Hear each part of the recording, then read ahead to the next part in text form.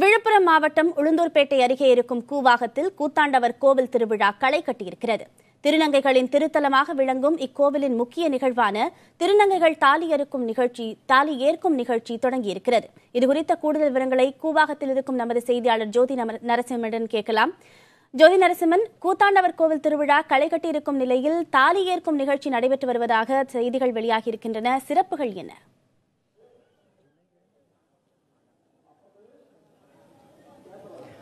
அதாவது ஒவ்வொரு ஆண்டும் சித்திரை மாதம் பௌர்ணமி திங்களை தொடர்ந்து கூவகம் கூத்தாண்டவர் கோயில் திருவிழா மிக சிறப்பாக நடைபெறும்.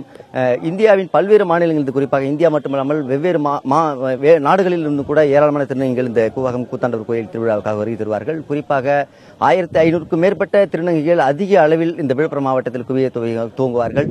அந்த அடிப்படையில் இன்று தாலி ஏற்கிற நிகழ்ச்சி நடைபெற்றுக் கொண்டிருக்கிறது. இந்த தாலி ஏற்கிற நிகழ்ச்சியில் திருச்சி சேர்ந்த சோனாலிகா என்கிற திருநங்கை என்பவர் இருக்கிறோம். அவரிடம் அதை பற்றி கேட்போம். வணக்கம், எங்கிருந்து வரீங்க? இன்னைக்கு என்ன நிகழ்வு நடந்துச்சு? நாங்கள் திருச்சி மாவட்டத்திலேருந்து வரோம். இப்போ நாங்கள் ஒரு 100 பேர்கிட்ட வந்திருக்கோம். நாங்கள் திருச்சி மாவட்டத்தில் திருநங்கையர் சமூக செயல்பாட்டு கூட்டமைப்பு அப்படிங்கிற அமைப்பு வச்சுருக்கோம். இந்த அமைப்பு மூலயமா நாங்கள் வந்திருக்கோம். இன்றைக்கி பார்த்திங்கன்னா கூத்தாண்டவருக்கு நாங்கள் திருமாங்கலி ஏற்றுக்கொள்ளுதல். இப்போ ஆண்களும் பெண்